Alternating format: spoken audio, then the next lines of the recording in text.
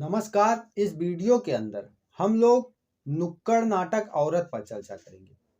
यहाँ हम इस नुक्कड़ नाटक के बारे में संपूर्ण जानकारी हासिल करेंगे, जो आपके इग्नू एमएसडी कोर्स के पेपर कोड एमएसडी 04 के लिए महत्वपूर्ण है। आपके एमएसडी 4 के एग्जाम्स हैं, उसके रिगार्डिंग यहाँ पर जो महत्वपूर्ण चीजें हैं उसको हम यहाँ पर देखने जा रहे हैं। चलिए बढ़ते हैं और चर्चा करते हैं औरत नुक्कड़ नाटक पर। नुक्कड़ नाटक क्या होता है? नुक्कड़ नाटक एक ऐसा नाटक जो किसी गली पर, किसी चौराहे पर, किसी कंपनी के गेट के सामने, किसी बाजार में खेला जाता है, वही नुक्कड़ नाटक होता है। औरत नाटक एक सामाजिक नाटक है जिसमें समाज में औरत की दशा का चित्रण किया गया है। एक बच्ची, पत्नी, बेटी, माँ, शिक्षित स्त्री, श्रमिक स्त्री यानी कि जो मेहनत मजदूरी करने वाली महिला है के रूप में उसे किस तरह की यातनाओं से गुजरना पड़ता है, इस पक्ष पर विचार कथा वस्तु का विवेचन करते हुए इस नाटक में किया गया है। नुक्कड़ नाटक के क्षेत्र में यह एक नया प्रयोग है।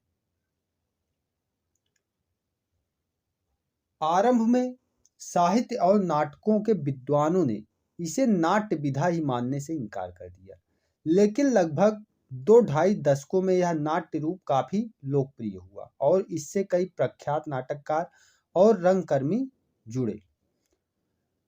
नुक्कड़ नाटक को अंग्रेजी में स्ट्रीट प्ले के नाम से जाना जाता है, यानी कि गलियों में खेला जाने वाला नाटक, वही क्या है? नुक्कड़ नाटक है हिंदी में। औरत एक लंबा नाटक नहीं है, यद्यपि इसकी कथा वस्तु में काफी विस्तार है, यानी कि नुक्कड़ नाटक ऐसा होता है जिसे आधे घंटे से 40 मिनट के अंदर खत्म किया जा सके, इतना छोटा होता है। लेकिन नुक्कड़ नाटक के संदर्भ में हम देखते हैं छोटा होते हुए भी इसकी कथा वस्तु में बहुत विस्तार है। स्त्री जीवन के विभिन्न रूपों और उसके संघर्षों को एक छोटे नुक्कड़ नाटक में तभी प्रस्तुत किया जा सकता है जब प्रत्येक स्थिति, घटना और संवाद में विभिन्न अर्थ व्यंजनाओं को व्यक्त करने की संभावना पैदा की जा सके। नुक्कड़ नाटक की रचना में इस बात का केंद्रीय महत्व है। औरत के बारे में पढ़ते हुए हम महसूस करते हैं कि यह हमारे मौजूदा हालात से उपजा नाटक है, यानी कि इस नाटक को पढ़ते हुए, इस नाटक के बारे में जानते हुए हम देखते हैं कि यह हमारी सामाजिक स्थितियों का वास्तविक चित्रण है। जो हम अपने आसपास घटित होती घटनाएं देखते हैं, उसी का ये नाट्य रूप है।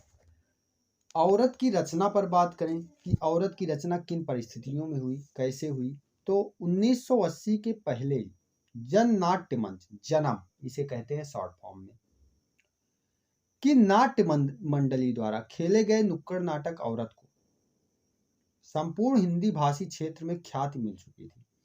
इसके सैकड़ों प्रदर्शन 1980 तक हो चुके थे और 1997 या 1998 तक तो इसके हजारों प्रदर्शन हो चुके थे। सभी भारतीय भाषाओं में इसका अनुवाद और प्रदर्शन किया जा चुका है। देश की चौहद्दी से बाहर पाकिस्तान, श्रीलंका और बांग्लादेश में भी इस नाटक की अनेक प्रस्तुतियां हो चुकी हैं। और इस नुक्कड़ नाटक का कोई लेखक नहीं। अगर हम ऐसे बात करें कि इस नुक्कड़ नाटक का लेखन किसने किया, तो इसका कोई एक लेखक नहीं। इसे जन्म मंडली के सदस्यों द्वारा रचा गया, जिसका नेतृत्व सफदर हाशमी ने किया, यानी कि जन नाट्य मंच द्वारा इस नाटक की रचना हुई और जिसका नेतृत्व सफदर हाशमी कर रहे थे।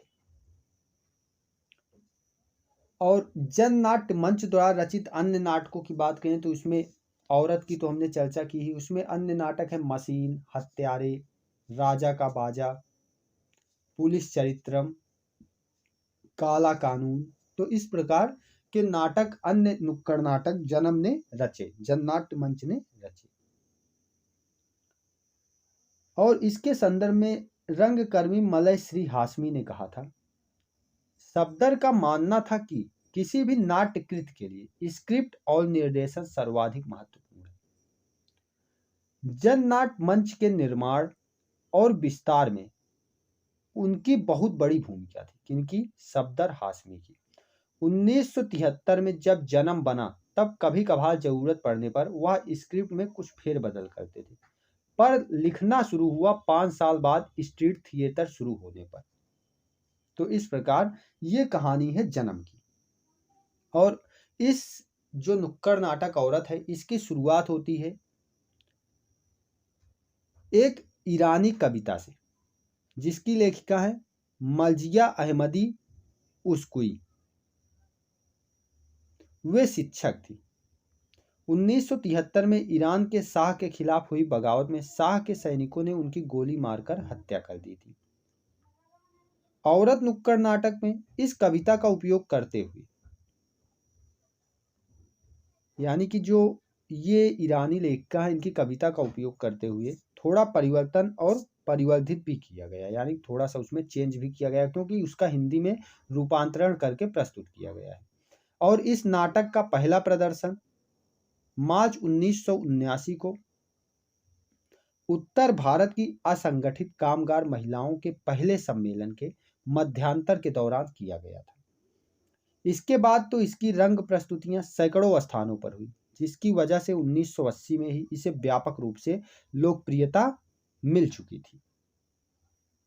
और इसकी कथा वस्तु की ओर बढ़ते हैं तो औरत को विभिन्न परिस्थितियों और विभिन्न रूपों में प्रस्तुत किया गया है। उदाहरण के लिए घर की छोटी बच्ची और बेटी के रूप में अपने भाई की तुलना में वह भेदभाव झेलती है, यानी कि जो घर की छोटी बच्ची है वह भाई की तुलना में भेदभाव झेल रही है। यानी कि हम अपने आसपास भी देखते हैं कि बच्चियों को बच्चों की तुलना में कम समझा जाता है। ऐसा अब तो काफी परिवर्तन हो चुका है, लेकिन जिस समय का ये नाटक है उस समय की स्थितियां वैसी ही थी। पिता के रूढ़िवादी संस्कारों के अनुशासन में वह कैद है। पत्नी के रूप में पति का स्वामित्व उसकी स्वतंत्रता में तो बाधक है ही।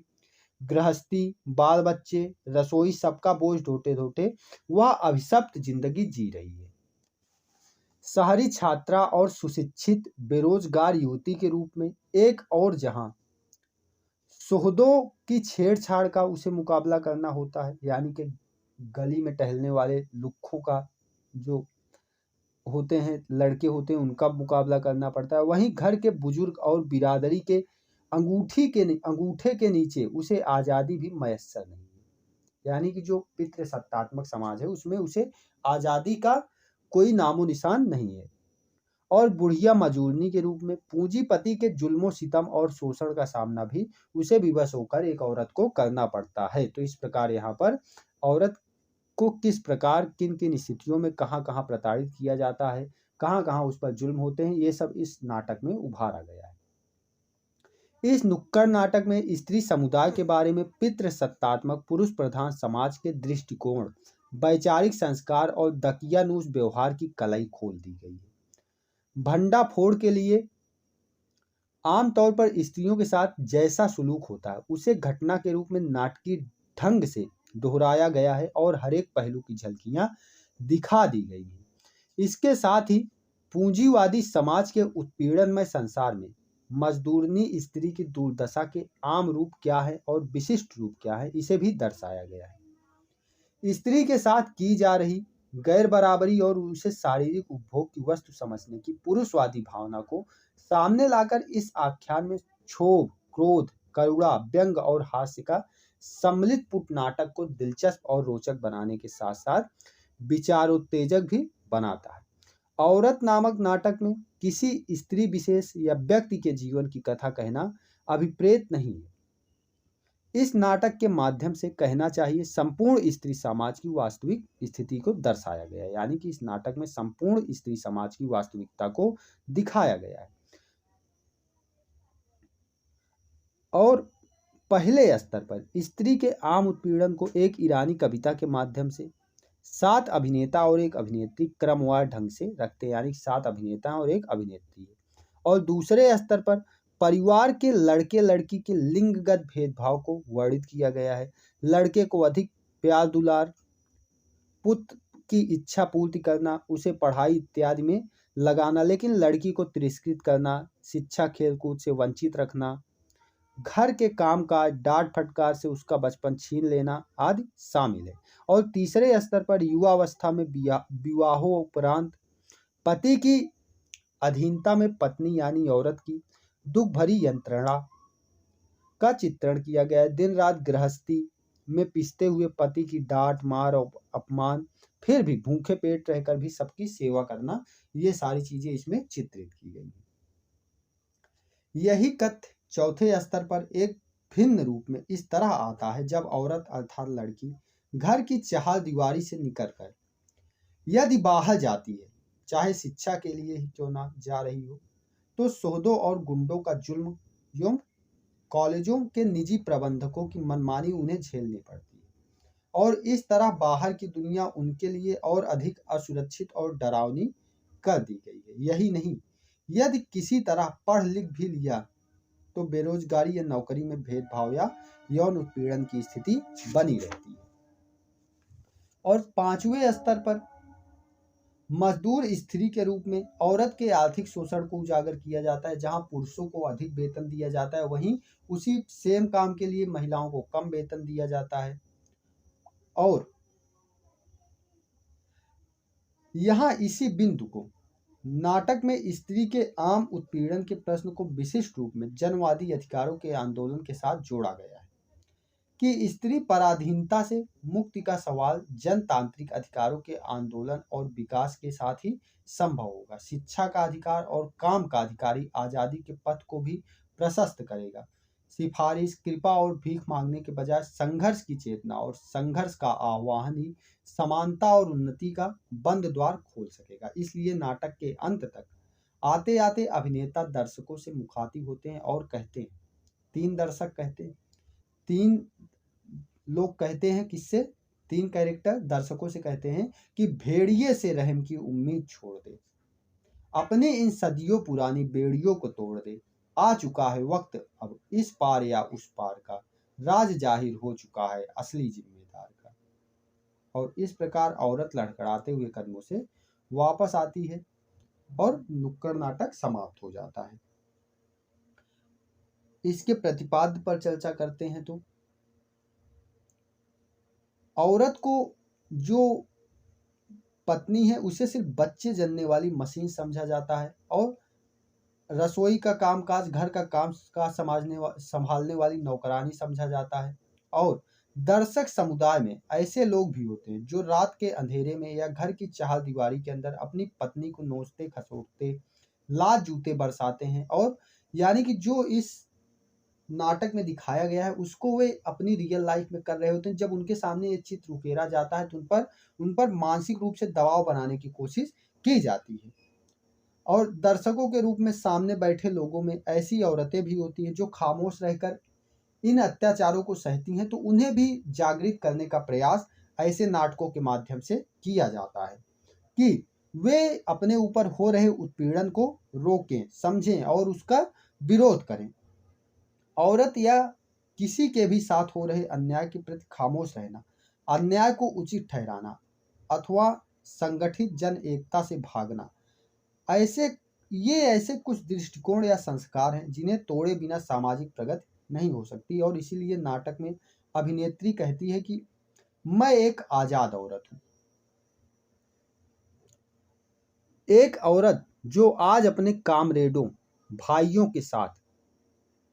फिर दूसरा अभिनेता जो है वो कहता है कांधे से कांधा मिलाकर मैदान पार करती है। फिर अभिनेता 3 कहता है एक औरत जिसने मजदूर के मजबूत हाथों की रचना की। और इसी प्रकार बाकी अभिनेता वैसे ही बैठे रहते हैं। अभिनेत्री उनके बीच इधर उधर घूमकर संवाद बोलती है। क्या बोलती है संवाद में? कि मैं खुद भी एक मजदूर हूँ, मैं खुद भी एक किसान हूँ, मेरा पूरा जिस्म दर्द की तस्वीर है, मेरी रग रग में नफरत की आग भरी है, और तुम कितनी बेशर्मी से कहते हो कि मेरी भूख एक भ्रम और मेरा नंगापन एक ख्वाब है। नुक्कड़ नाटक की रंग प्रस्तुति की कला ही ऐसी है जो रंग कर्मियों और कलाकृति और दर्शक समुदाय के भाव, विचार, संस्कार और को परस्पर टकरा देती है। दोनों के बीच सहसा ही मुठभेड़ शुरू हो जाती है, दर्शक के मन में प्रश्नचिन्ह लगाती है, पुनर्विचार का आधार प्रस्तुत करती है। दर्शक तटस्थ होकर आत्मसंघर्ष के बीच से गुजरता है। यानी कि जैसी स्थितियां वह देखता है वो उसके वास्तविक जीवन में घटित हो रही होती हैं, तो वह आत्मसंघर्ष करता हुआ इन दृश्यों को देखता है और अपने ही संस्कार तथा दृष्टिकोण पर प्रश्न करने और पुनर्विचार के लिए सहसा बाध्य हो जाता है। भाव, विचार, दृष्टिकोण आदि को लेकर आत्ममंथन होता है। वह दर्शक की आत्मा के परिवर्तन के बीज बो देता है। अभिनेत्री कहती है कि मैं एक माँ, एक बहन, एक अच्छी पत्नी, एक औरत हूँ, एक औरत जो ना जाने कब से। फिर अभिनेता 4 कहता है अपनी ताकत से ज्यादा मेहनत करती आई है। तो इस तरीके से इसका प्रतिपाद्य घटित होता है। औरत एक ऐसी नाट्यकृति है जो स्त्री को अनेक धरातलों पर, अनेक संदर्भों में उसकी संघर्ष गाथा और पीड़ा को सामने लाकर एक सामान्य बोध यह देती है कि औरत के साथ सचमुच ही अन्याय होता आया है और यह अब भी हो रहा है और अब पुनर्विचार की जरूरत है।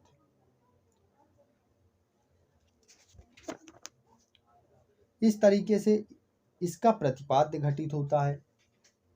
इसकी रंग प्रस्तुति पर चर्चा करें अगर चाहें तो कर सकते हैं, अन्यथा इसकी कोई विशेष आवश्यकता नहीं है, तो रंग प्रस्तुति को छोड़ देते हैं, रंग प्रस्तुति पर चर्चा नहीं करते हैं। जितना बताया गया है अगर आप इतना करके जाते हैं, इतना ध्यान से सुन के जाते हैं, इतना अगर परीक्षा में लिख देंगे, औरत से आने वाला कोई भी प्रश्न आता है अगर आपको वो ढंग से नहीं आ रहा है तो आप इन्हीं चीज़ों को वहाँ पर लिख देंगे और इतना लिख देंगे तो आपको नंबर मिलेगा ही मिलेगा, उसमें कोई दो राय नहीं है। मिलते हैं अगले वीडियो के अंदर। और हाँ, एक और ज़रूरी बात, MHD 4 से संबंधित जो महत्वपूर्ण वीडियोज़ हैं, लगभग काफ़ी सारी चीज़ें वहाँ पर कवर हैं, वो आपको MHD के प्लेलिस्ट में मिलेगा। MHD की प्लेलिस्ट में जाइए और MHD 4 exam point of view करके जितने भी वीडियोज़ पड़े हैं उनको देख के जाइए, आप निश्चित तौर पर बेहतर उत्तर लिख के आएंगे और अच्छे अंक प्राप्त करेंगे। मिलते हैं अगले वीडियो के अंदर। धन्यवाद।